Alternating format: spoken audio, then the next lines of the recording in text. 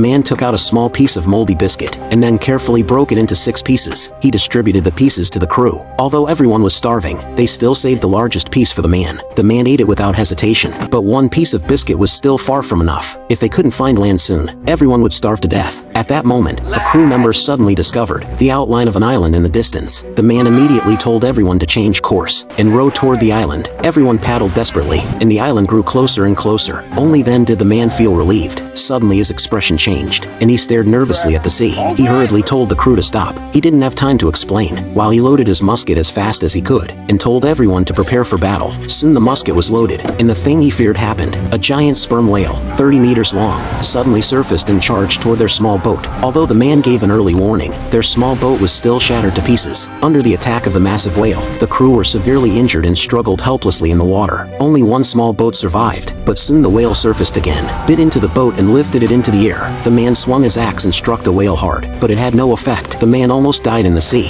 After a long while, the man finally struggled back to the surface. The situation was extremely bad. Many crew members were dead or injured, and their precious fresh water and food had sunk to the bottom of the sea. The only fortunate thing was that the island was not far away. They soon reached the shore. The surviving crew didn't even have time to celebrate before they started searching for anything edible. Some picked up bird eggs from the ground and ate them whole with the shells. Some grabbed a fish and bit into it raw. Some leaned against the rocks and drank the fresh water trickling down. But after eating, their problem remained unsolved. Although the island was large, it was extremely barren. Not even a single tree could be found. What made the man even more desperate was that he found a cave filled with the skeletons of sailors. This meant very few ships passed nearby. If they continued waiting, they would face the same fate. After discussion, they decided to repair their boat and leave the island. However, the days that followed were even harder than the man expected. Soon their food ran out, and worse, their small boat drifted into the equatorial doldrums. Here, sails and compasses were useless, and they were completely trapped at sea. Even worse, the massive sperm whale followed them again. The man angrily raised his harpoon, ready to fight the whale, but just as he was about to strike, he saw the whale's sorrowful eyes and the wound he had left on it. The man suddenly seemed to realize something. His expression softened and he lowered the harpoon. The whale stopped attacking